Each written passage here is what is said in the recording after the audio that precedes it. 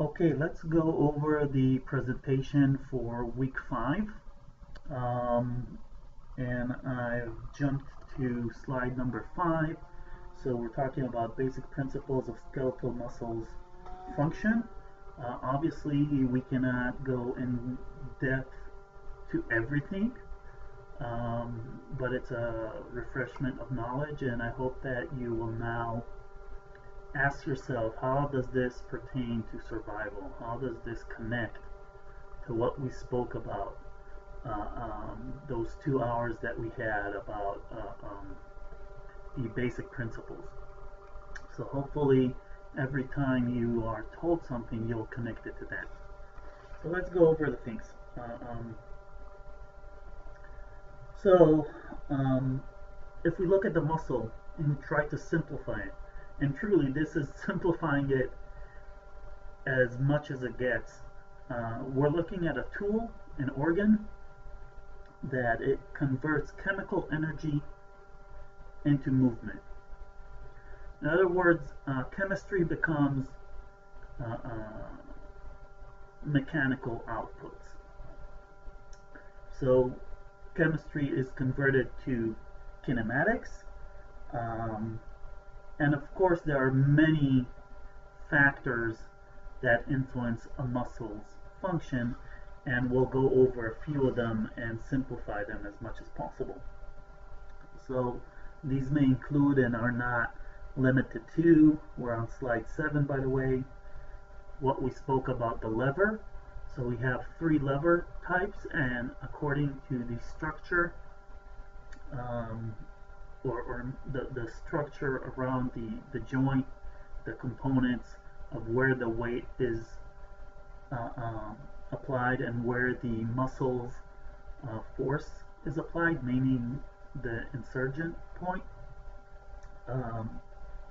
we are affecting the energetic efficiency or energetic cost of that muscle's work. So obviously, if a muscle is built for speed and not energetic efficiency, it's going to affect its need for oxygen, its needs for substrates, and for ATP production. The angle in which the muscle is connected to the bone is going to affect the amount of energy or the percentage of energy that is actually conveyed to the bone. So energy is lost, and we know that we are not a very efficient creature. We know that 30% only of the energy that is produced by a muscle is actually contributing to movement. The rest is contributing to keep us warm and alive. So we don't be surprised when numbers are low. That's us. That's human beings. So you can see within the presentation later on how the angle, the sinus of the angle, and it doesn't matter if you play with the cosinus of the angle or the tangens. Accordingly, it's going to change, and a certain percentage of the force is going to be conveyed to the bone.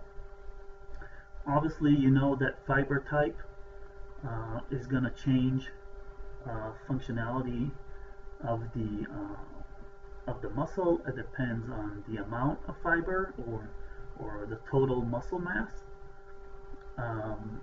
and how the mixture of all 3 types comes to play within a certain muscle. And we have the slow twitch and the fast twitch, what we call the aerobic and the anaerobic.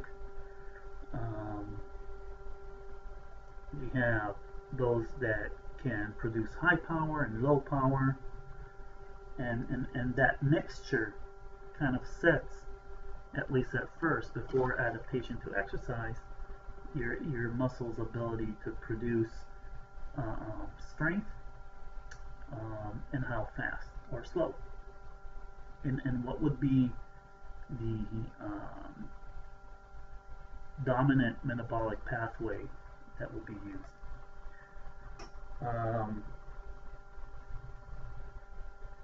We can talk about differences in intramuscular substrate availability, mainly glycogen, but not only. And that amount can obviously influence immediately the ability of the muscle to function. Of course, there are differences in the ability to recruit and activate muscle fibers, and we'll talk about that.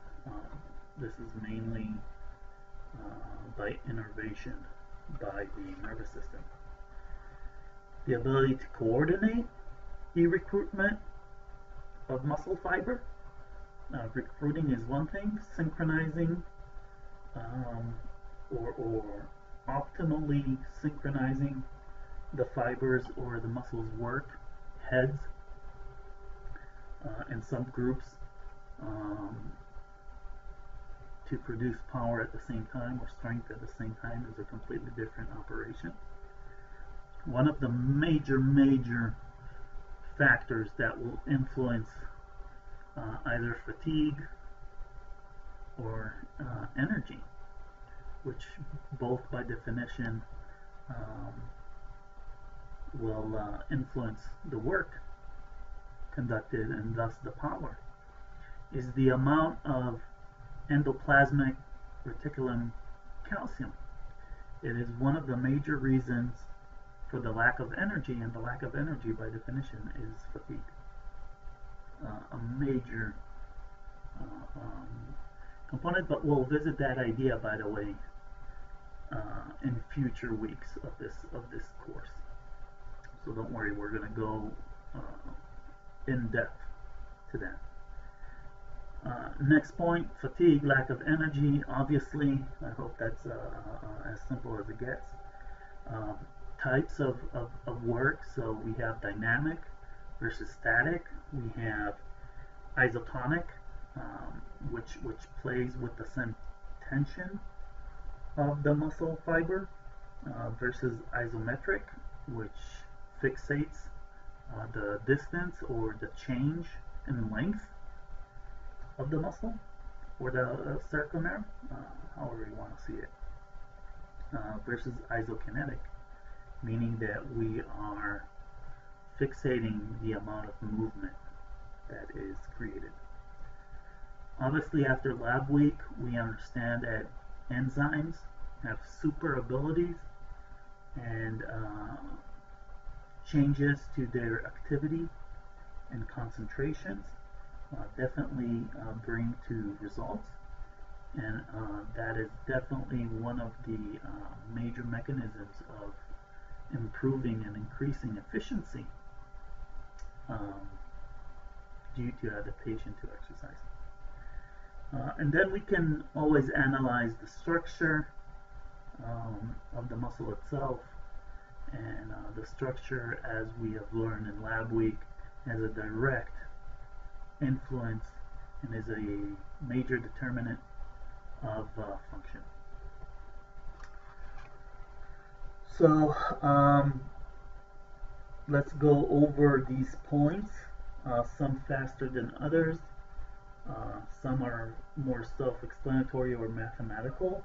So we are on at slide 10, and you can see the schematic, the general schematic that I've made here, taking the muscle with the tendon to connect to the bone, and using the calculation of a sinus of a angle created, or a certain to a certain amount of degrees. You could calculate the percentage of energy that will actually be conveyed to the bone. So if you go to slide 11, you see the way to calculate it, and you can go back to the schematic and see how it's calculated. Obviously, the lever has more than something to do here in regards to this angle. So, accordingly, if we connect the idea of the angle influencing the efficiency of the lever, then the length of the tendon definitely plays a role here. That would be the distance from the muscle to the insertion point, the application of force point on the bone. And then we have the angle itself that is defined by the anatomical location of the muscle, meaning is this muscle superficial or a more profound or core muscle.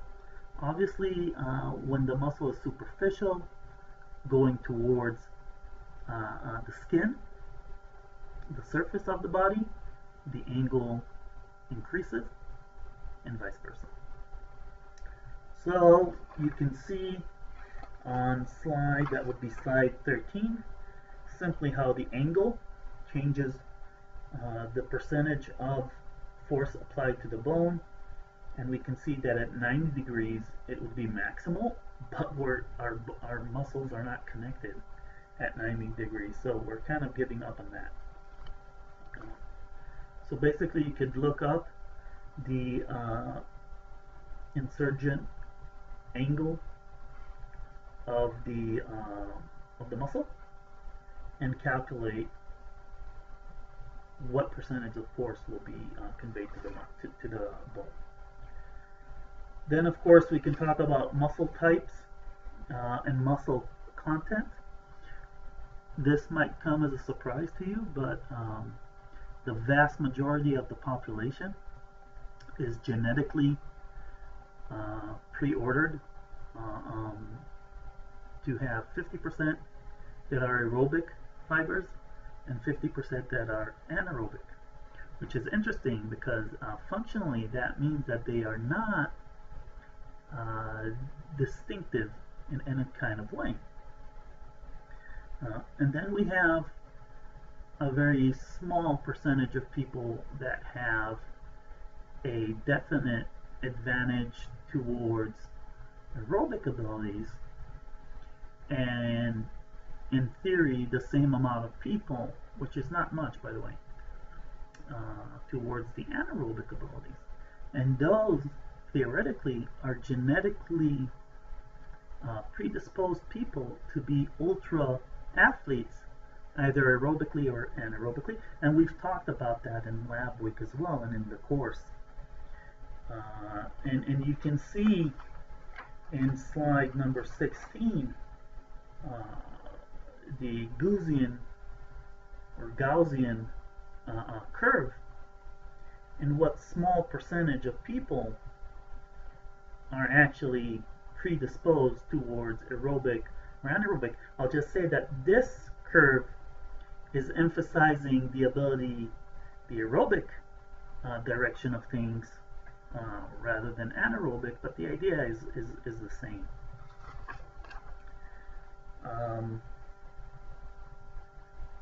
Let's see. If we connect to the principles of physiology and understanding physiology, and definitely exercise physiology, what are the two things that we care about? We care about the time until we get the result, which reflects or affects power. The longer it takes you to get the outcome, to produce the work, in this case strength, the lower your power, right? And the time until you're fatigued. I want you to stop and ask yourself, how does this connect to survival, to the first rule of nature? Obviously, if it takes you more time to produce strength, meaning movement, you are at danger in a jungle. If you fatigue faster, you are reducing the time until you are experiencing the onset of a disadvantage that puts you at risk. So those are two major aspects that are important in muscle function. When you look at the three types, or the three major types, I should say, because we're going to change something about how you perceive muscle fiber types later on in the course. We can look or analyze those three types according to how fast they twitch, meaning how fast do you get the result that you want, and how fast or not you experience the onset of fatigue. So we can see that the first type of muscles is called STRF. You might also find references to this type of fiber as the aerobic fiber, or the type 1, or SO, or the red fiber. STRF stands for slow twitch, meaning that the strength is produced slowly. It takes time, the most time out of the three types to get the result, but it is resistant to fatigue. So fatigue, the onset of fatigue, is the latest. And then we have something in between, also known as the anaerobic fiber, or type 2A, or the pink fiber in slang, which is some kind of combination between red and white, right? And it's a fast twitch, so it's anaerobic, but it has resistance to fatigue. But it's not the fastest twitch, and it does not have the most resistance to fatigue. So it's still anaerobic, and it has a better percentage of the ability to work with oxygen with the aerobic pathway, but it's not as anaerobic as the third type, and it's not as aerobic as the first type. So it has kind of, from both worlds. Then we have FTF, which is fast twitch fatigue, meaning, or as called, the anaerobic fiber type 1B, fog, or the white fiber. And this is the, so to speak, completely aerobic fiber. It fatigues very fast. It by far is anaerobic than aerobic, and it produces the greatest power and fastest.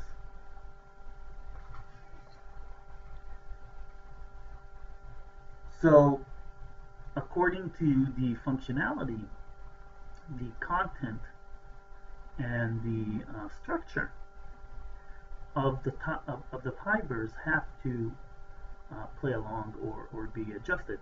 So when we're talking about a fiber that has to withstand high levels of energy production or strength production, power, we need it to be thicker than thinner.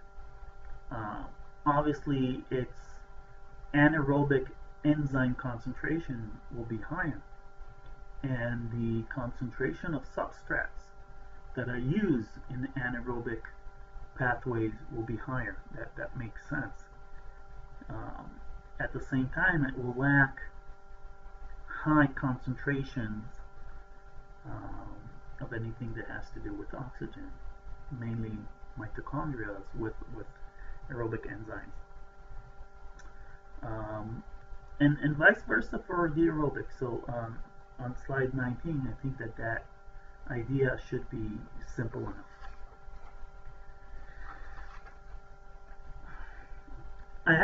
I'm on slide 21, and we're talking about the intramuscular substrates. Obviously, the muscle, doesn't have endless real estate. it is limited in space. When you're talking about the cell, can a cell extend endlessly? That's one of the major theories we'll talk about. By the way, it's an intriguing, I think, idea. Does the is the size of the cell constant or capped, and accordingly functionality is limited, or can the cell extend as much as functionality is needed? If you take in consideration that it's capped, then it's not it can't be taken for as a given that you can just, you know, increase the substrate storage in the muscle, because you might affect functionality. But we do see that part of the adaptation to exercise is an increase in muscle storage of substrates that pertain specifically to the dominant metabolic pathway. And you can see the ranges. Basically, generally, we see an increase in carbohydrates of about 100 grams per the whole body. So a normal person would have about half a kilo, 500 grams, roughly a bit more than a pound, right? And a well-trained person can go up to about 600. And remember, you have to store that somewhere, and it takes up space. So there has to be a good reason to do that to a cell. And if you remember lab week, the cells rule. On the other hand, glucose is a problematic molecule. A, it absorbs water, something that can influence function, right? B, it tends to connect very strongly, almost impossible to disconnect from proteins. That's what we see with hemoglobin. That's why we understand that the more HbA1c, meaning hemoglobin, that has been coated by glucose, the further in problem diabetic patients are. Because you see, the more glucose, the more sugar that you eat, the more glucose you have in your blood, the more it's going to connect to proteins such as hemoglobin and create a problem. Definitely. So that's what we're talking about in slide number 22, and that is also why, you know, maintaining and supervising one's plasma glucose levels is so important in such an indication of future problems or present problems. So that's the connection between the things. So if you're gonna elevate glucose levels in your plasma, you better utilize it. So for instance, when you take ultra athletes and they eat a lot of carbs, but they also utilize it. So de facto, in fact, the time that glucose spends unutilized is very low, if at all. So it has no time to create problems. The problem is when you intake such levels of glucose and you do not utilize it. Okay.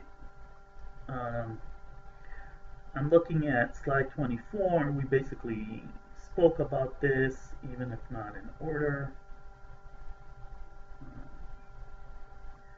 we can see that according to the stimulus response principle, which we've talked about too during lab week in those 2 hours about physiology, you will see an increase in the availability of fatty acids if when someone starts exercising aerobically, and that allows for energetic efficiency, right? Because we know that the breakdown of fatty acids with oxygen, namely aerobically, produces a more efficient ratio and greater amount of ATP.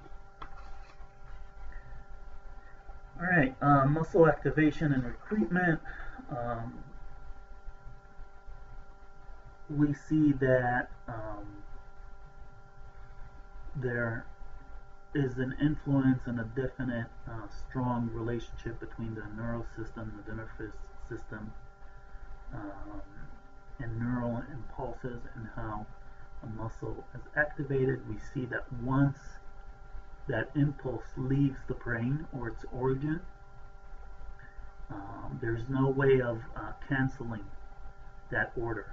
So basically an impulse that arrives at the muscle will contract it.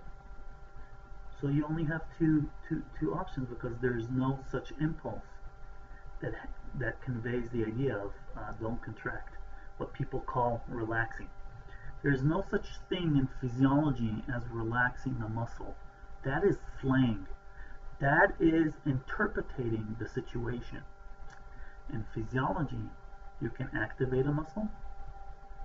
You can prevent the activation of a muscle, so-called relaxing, or you can delay the activation of a muscle, so-called temporary relaxing.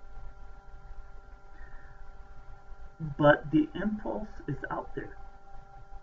Thus, the order to contract the muscle is out there. Remember that. In a muscle, the combination of calcium being, absorbed and divided and set out of the vacuoles by the impulse into the muscle fibers, and it's connected to actin, as we'll see in a second or a few seconds, and the presence of ATP. These two ideas equal muscle contraction. And we see, unfortunately, in people that have died post-mortem, that the muscle continues to contract as long as there's ATP. Why does this happen? It happens because the enzymes that are supposed to return the calcium to its place and prevent muscle contraction are not functioning. So the calcium is still around. And then once you pay ATP to the myosin, it's going to work. This will continue post-mortem until the ATP runs out. And then what you find is that their muscles tend to stay in their shortened length, meaning contracted, and they become very stiff, and it's impossible to move the limbs. This could be applied, and I know this is not the most nice topic to talk about, but if a person dies with his hands, or her hands, of course, to the sides, and you do not place them in the way that you want to bury the person,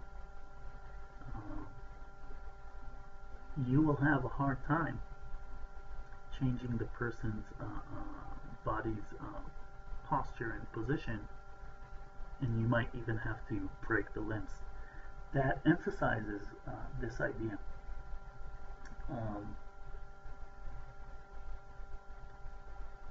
Okay, let's continue. Obviously, muscle recruitment is a function first of the nervous system. You can divide it if you wanted to all the stages and phases until the impulse reaches the muscle, and everything that happens within the muscle from that point on. Um, of course, everything until the muscle will external to the muscle will include impulse generation in the brain or other junctions, and the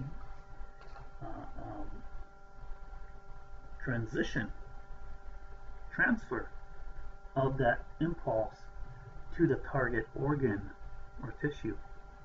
Within the muscle, we need to activate the fibers, and when they're activated, the muscle has a more internal system of receptors that sense what's happening in the neighbor fibers, and if the conclusion, so to speak, the interpretation is contraction, they'll contract and they'll activate the muscle. This allows lower innervation of muscles and yet recruitment of more fibers, and that is of course a mechanism of efficiency and coordination between fibers. If you look at the mathematical ratio between the number of fibers of the nervous system and the amount of muscle fibers, then you can understand the role or the outcome of the muscle. The fewer muscle fibers you have for every neuron, the more accurate the muscle is going to be, but usually it also produces less power. The bigger the ratio, meaning that you have fewer motor neurons per amount of muscle fibers, means that the movement is going to be more gross, more robust, and usually that characterizes bigger muscles. Okay.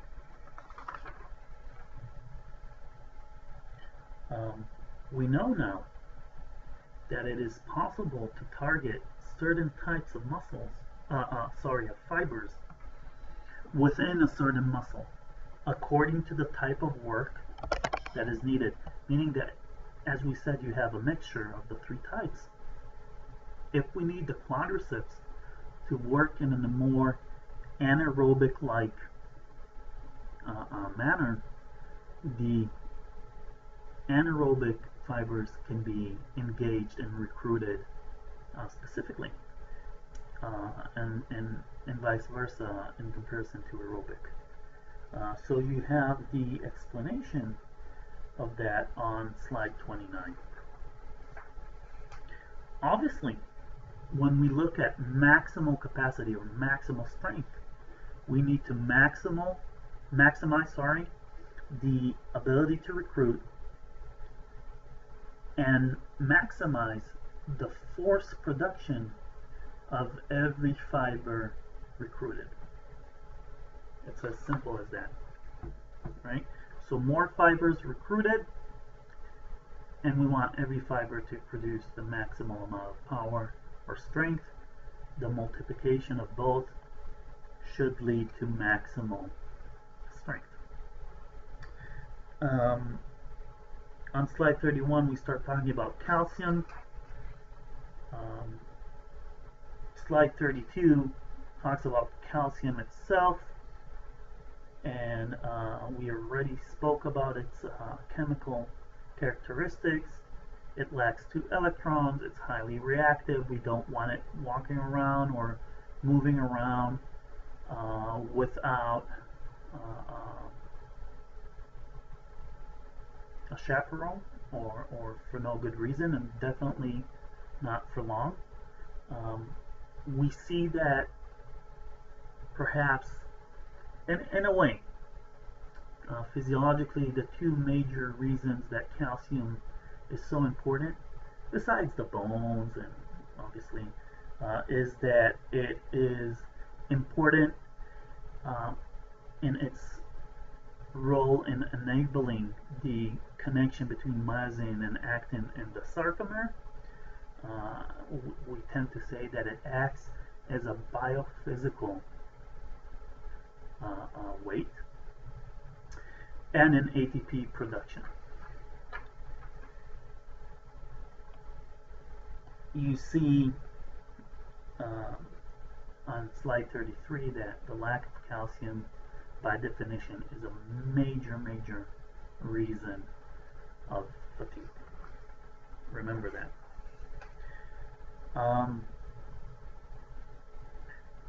Since calcium is so highly reactive and problematic, when the muscle is not contracting, the calcium is kept and stored in little sacs. Those sacs are repeatedly erupted and sealed as the muscle works. So an impulse, a neural impulse, will erupt those sacs, and calcium will dissolve and be divided through the fibers in order to connect to actin filaments. And when contraction is no longer needed, enzymes will collect those calciums and store them back. This, of course, happens very quickly, as you know, you could expect from an enzyme, right? When the calcium connects to an actin, allow me to try and demonstrate. Let's say, just a second, my dears. Let's say that this is the actin filament. Okay, oops, here we go to the middle. And now a calcium connects here. A calcium unit ion connects here, right? And let's say that this actin is in balance. Okay, in balance. Once you put a weight on the end, it loses its balance and it starts moving, rotating around its longitudinal axis. Now look what happens. Right now, I'll play with it. Right now you can't see the writing on the pencil, right? Imagine that the writing is a handle or a connection site for the myosin, but the myosin cannot see it. So once calcium is connected, rotation occurs and suddenly you can see the writing, which is representing the connection site. So without this rotation, you do not have connection. So without calcium, no connection between the cross bridges, no connection between myosin and actin. With calcium, rotation occurs in the actin filament, and now the connection between the cross bridges, or between myosin and actin, can actually happen. So that is the importance of calcium. Now it changes the relative conformation between those two filaments, myosin and actin. Once that happens, there is a connection between the cross bridges, and energy and power, strength, can be produced. No calcium, no change in conformation, no connection between myosin and actin, no outcome from the sarcomere. It's that simple. Okay, and that happens repeatedly. When you want to stop the ability of the sarcomere to produce power, you take away the calcium, actin rotates back, and the myosin can't find where to connect to it. So you have a problem. Okay. Alright,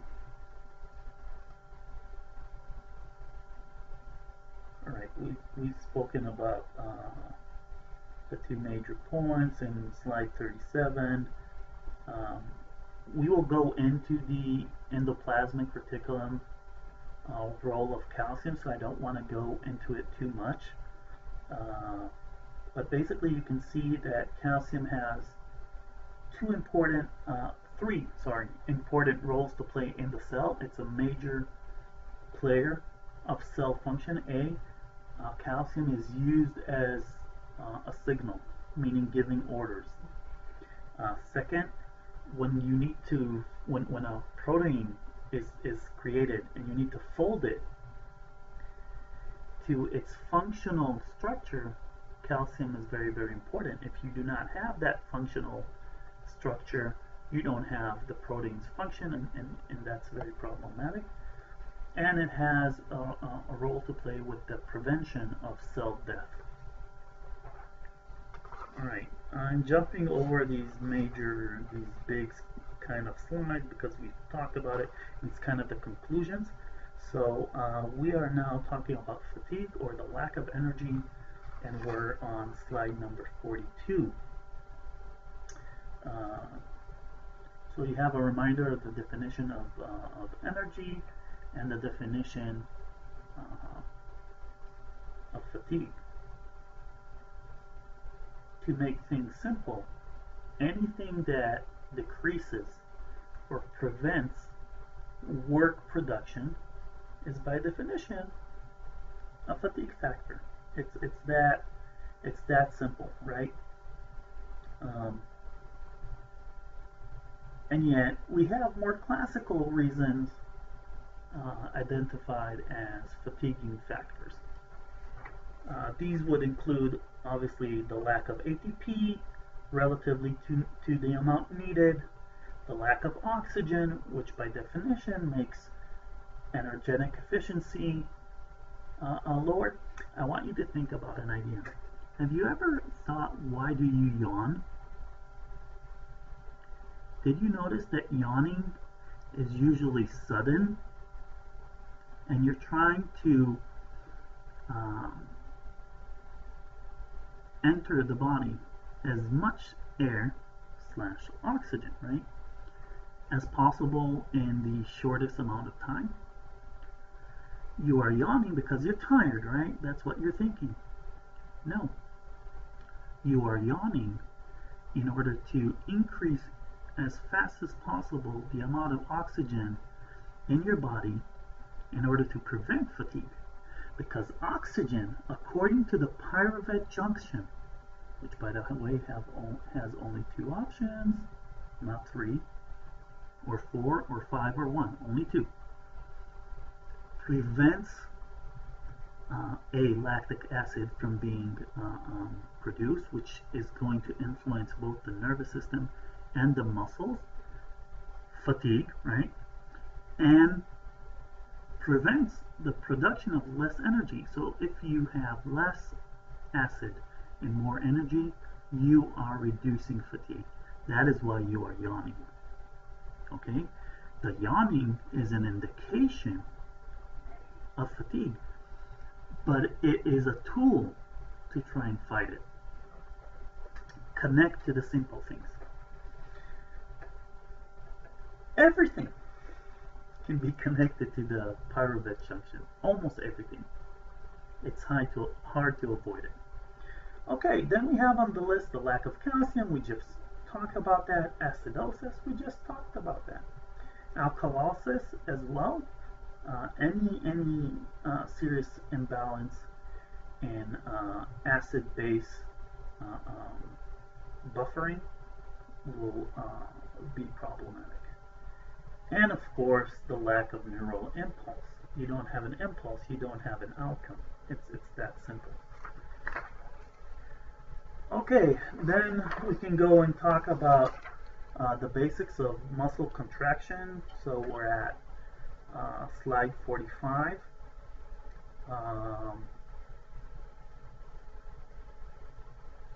Obviously, we want to contract our muscles according to our movement needs. That's kind of a basic idea, right? We can talk about dynamic contractions, which promote movement or change in the distance or length of the sarcomere, and these can be divided into two, which are definitely not new to you: concentric and eccentric contractions. Con means towards, and centric means the middle, so towards the middle, when the muscle is contracting towards the middle of it. And eccentric is away from the middle.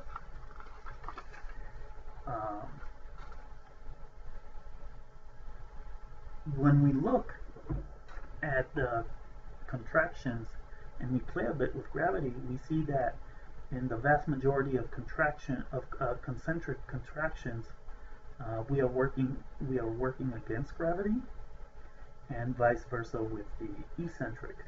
And that is why you have these two schematics, one or two, depending on how you want to see it, on slide number 47.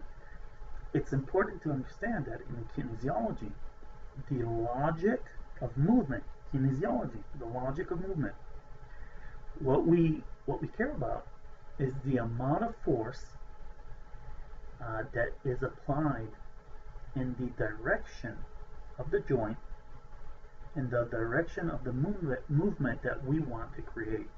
So we can see that in concentric contractions, for instance, of the biceps, the direction that gravity is applied to the body opposes the direction that we want to contract the muscle. So the amount of energy towards the direction of movement that we want to produce equals gravity minus the force of the muscle, or the force of the muscle minus gravity. It doesn't really matter. And an eccentric contraction, I apologize, they work to the same direction. And that is why the amount of power or force applied towards the direction of movement is the combination of two. And that is why eccentric contractions produce the highest amount of power or strength.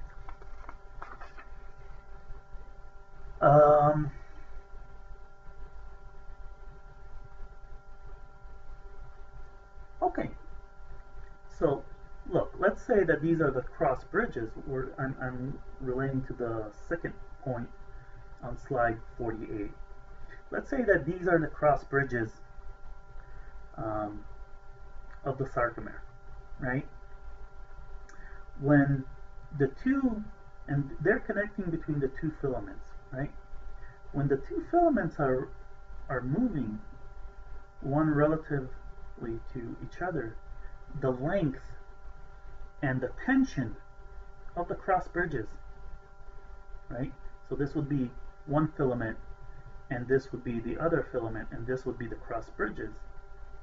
The length is changing and the tension is changing. Those both influence the amount of power or strength that can be produced. So obviously, in the work of the sarcomere, in the work produced by the two filaments, the efficiency of strength production changes. We have actually two margins, two edges, where the efficiency is actually non-existent. Okay? So we can see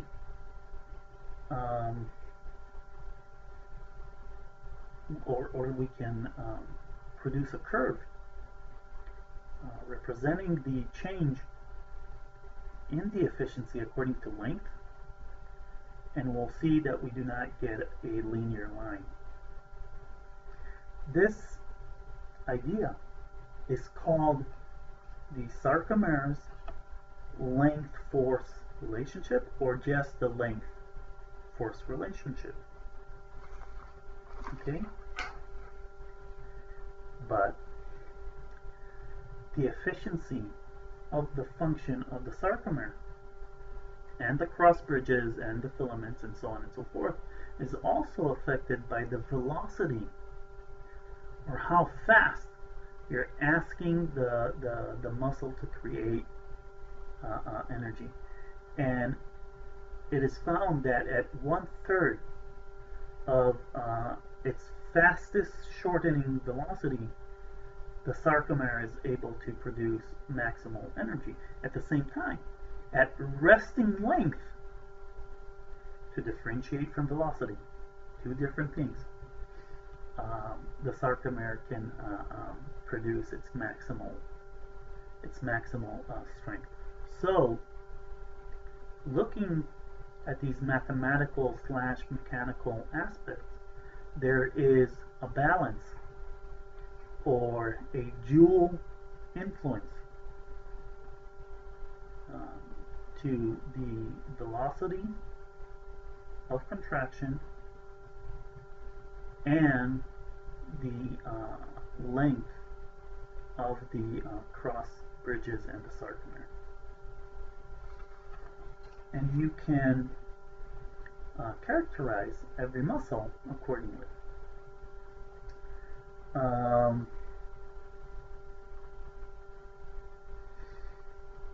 Okay, when we're talking about as a isokinetic work, we mean that we are producing the same amount of movement, and isometric work means that the changes in length, meaning the length force relationship of the muscle, does not change. Does not mean that we're not producing force. The problem with isometric work, meaning non-dynamic work of a muscle, is that force is being produced. Okay? But where does it go? It's not being transferred or converted into movement. And we know that energy does not disappear. It changes forms and location. So this force that is produced during isometric work must be absorbed. Who's going to absorb this energy? There's two options. Fluids in the environment and tissue that can elevate its tension. So the muscle itself, right, is wrapped around and protected by highly elastic tissue, and that is exactly the tissue. The fascias are going to absorb that energy. That's why when you go to a masseuse and they tell you, oh, your muscles are so intense, what does that mean? You have a buildup of energy which those tissues are absorbing. But when you elevate the tension, if this is the muscle and this is the fascia, and you elevate the tension of this tissue, it's going to press down on whatever is beneath it.